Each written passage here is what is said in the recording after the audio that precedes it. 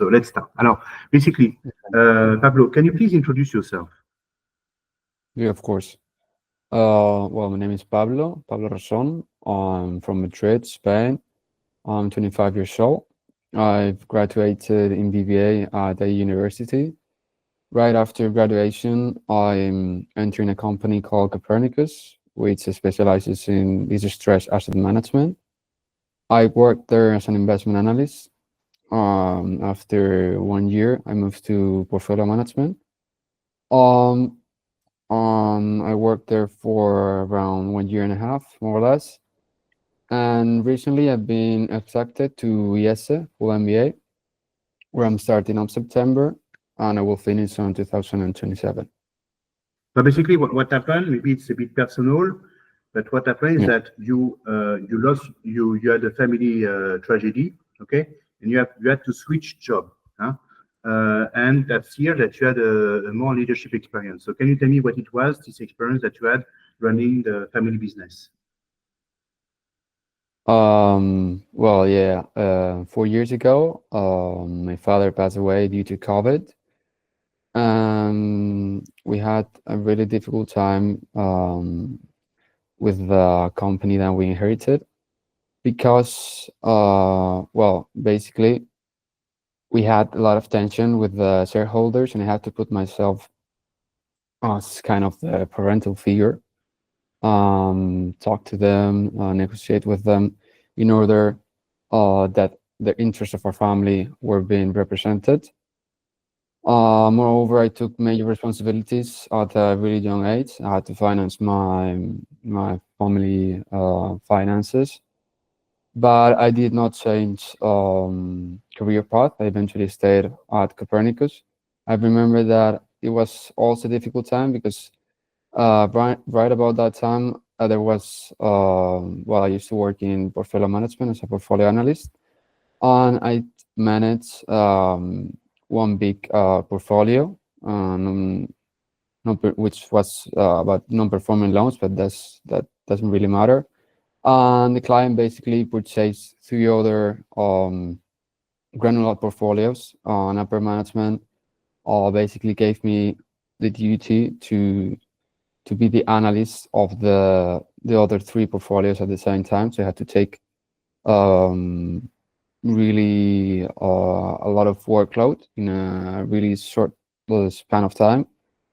And so there was a lot of responsibility during that time and major stress, but eventually took over that role. And I think it really helped me to be more mature. Um, I don't think that I was born a leader, really. I think that I basically, I don't know if I'm a leader, to be honest, but I think I made myself a person that you should respect in terms of how I approach life and how resilient I am. And I think all of the things that happened after after my father passed away, helped me build my character. Okay. Alors, tell me, so I want to destabilize you a bit sometime. You studied at IE for 4 years. What is there at IESE that you have not learned at IE, Pablo? Well, there are major things. I think that IE and IESE have similar approaches in terms of learning. I think IE is like a really practical university, and they have a lot of case studies, presentation, class participation is really important. IESE also does the Harvard case method, which is basically we do like 3 cases per day. But I think that IESE differentiates from IE really in terms of like, I think they have more of an approach towards academic excellence, I would say. I'm not saying that IE does not, but I think IESE does a great job preparing their candidates to become leaders and actually make them prepare to manage real world scenarios. And I think IESE also has like great partnerships with different universities where you can actually study in your exchange program. So I think that would be it. But I would say like I don't want to say anything about IE. I think like I had a great experience at IE. So it's a difficult question, to be honest. Okay. Yeah. But at the same time, we can understand that now you're older, you see things differently, and you want to be in a program where the exchange among students is more intense, and learn and see things on a strategic and managerial level, probably. That's probably what you want to do, and with people who are probably more mature and who really came here to study. Probably when you were tiny, or not wanting to party, so you'll be with people who are more motivated. What attracted you to stay in Spain and to stay at IESE? Tell me. Well, the thing that basically attracted me to stay in Spain was my family. I always wanted to do an MBA in a foreign country, especially in the US. But I think yes, it was the best fit for myself because I wanted to get a solid background in finance and also get valuable knowledge in how to manage my family business. And yes, it did all of these things. And also, like on the first program, you're staying in Barcelona, but on the last year, which is a 2-year program, you are able to do an exchange program overseas, and they have great partnerships with different universities like Harvard, Wharton, INSEAD. So for me, it was the best option, to be honest. Okay, so it's probably the best. It's a very good answer. What are your plans post MBA?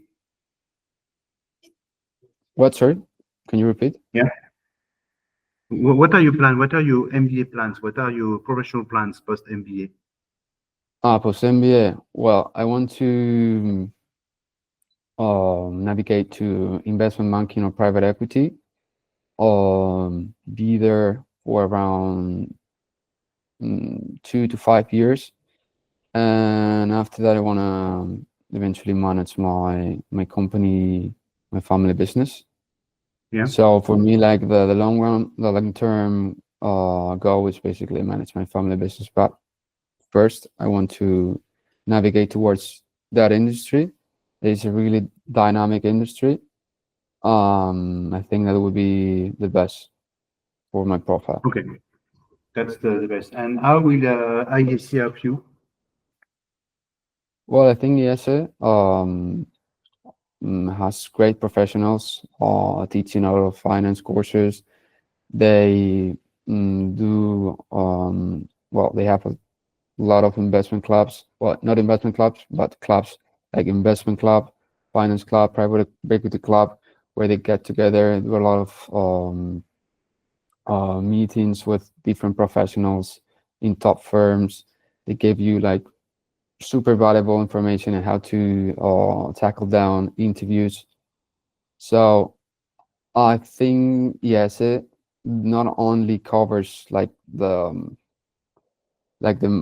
subjects, the finance subjects, or like most MBAs, but also like helps you in a more practical way on how to manage or how to get to that job. If I get Okay. like myself understood. Yeah. Have you been in contact with IESE, with your IESE fellow students?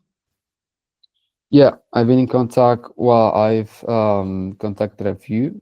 The person that I've think contact more was a friend of mine from IE. That he's MBA candidate from last year, and he gave me a lot of information regarding what I should expect from the program. He told me that it is a great program if you want to develop your career in consultant as a consultant or in finance, also to manage your family company. But also, like one of the greatest thing that IESE has is the network. Your like classes are super big. There are about like 400 students per class, Most of them are top of the line. So eventually you're gonna, if you get the full experience, you're gonna have like a great network once you finish your MBA, and that's gonna be super helpful if you want to pursue like a career in, I don't know, in Asia or in Africa. You have like a lot of people from different countries, different background that can help you out. Okay, yeah, very good. And so in IESE offers to do an exchange program. Have you already identified the exchange program that you're interested in, or it's a bit too early, maybe? I mean, it's a bit too early. I've asked Alberto Amoros and Tomo, which are Mhm. in charge of the missions, and they said it has to do with the GPA that you have. Like if you have like a higher GPA, you will eventually have more options, but it's really too early to tell. Okay, it's too early to tell, but of course they have exchange programs with most top business schools. Now about the admission process, how does it work, and what makes IESE different from the other schools? Pablo. Well, the process works. First, you have to fill out a lot of information regarding your profile. Well, you have to obviously upload your CV, your GMAT score, ILS, cover letters. That's basically when in every MBA they're gonna ask you. But after that, you will get sent. They will send you like a link where you have to do a KIDA assessment, which is basically um, 3 random questions that a platform called KIDA is going to ask you, and you have to answer them on the go, and you cannot retake it. So you have to be really prepared. They are not really difficult questions, but you should be expecting anything, to be honest. And after that, you will get an interview with one of the people in admissions. And the last step would be the assessment day. In the assessment day, they normally send you a business case the week before.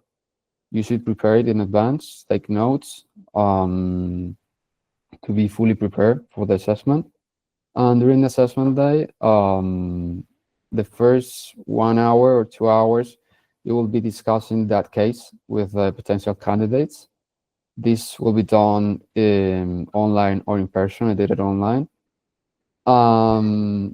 During like the first part of the assessment day, you like don't really have too much time to say anything because there's like too many people in the session.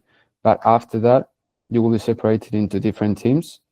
And once you are separated into teams, you will have to talk to them and eventually prepare a presentation based on everyone inputs.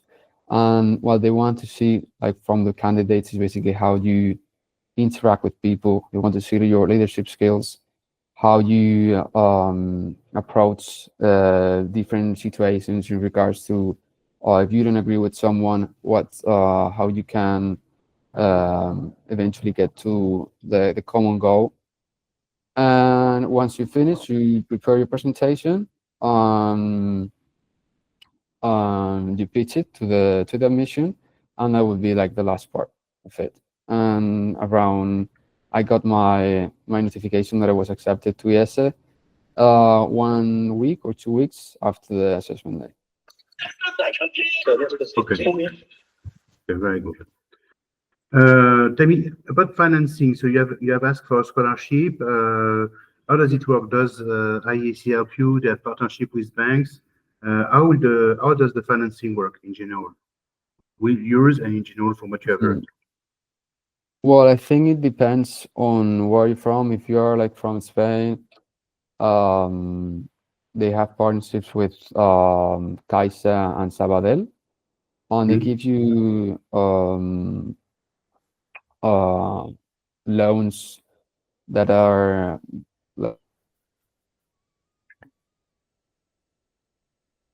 conditions, really. Hello? So I think, can you hear me, sir? Yeah. Yeah. So yeah, like I said, they have partnership with Caixa and Sabadell. They give you like a special conditions for IESE students. So I think everyone should look into that before like actually thinking to put their savings in it, because they have great conditions. But if you are like a person from a different country, I don't know if you actually can get to those. I think they have other partnerships with different banks all over the world. So I think it highly depends. Okay. Okay, so I will talk to you this afternoon, and we'll see so that I write a recommendation for the letter, Pablo. Okay, let me call you back this afternoon or today. Okay, send me the letter that you send them already so that I see what you put in it. Okay, because sometimes you have to explain why you need a loan, etc., why you need a scholarship. You already sent the letter, haven't you? No, I haven't sent it yet. I prepare a draft, but I haven't sent it. But we should meet for that, You agree? Because because then after that I would recommend you, and we have to be on the same line. Okay. Voilà. That would work. Talk to you. Take an appointment with Zubaid, maybe for tomorrow, and I will draft my letter this weekend anyway. And we'll draft it together. You draft one, I will draft one as well. Okay. And that's, by the way, Alberto, to also support you. Because that's the type of thing that you can discuss with him. I believe that the guy is going on vacation or he has a paternity leave very soon. So if you can talk to him soon, because he will be another person.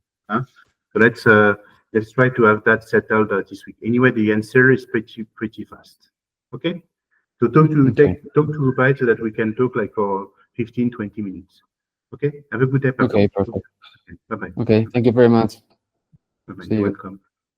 Bye bye.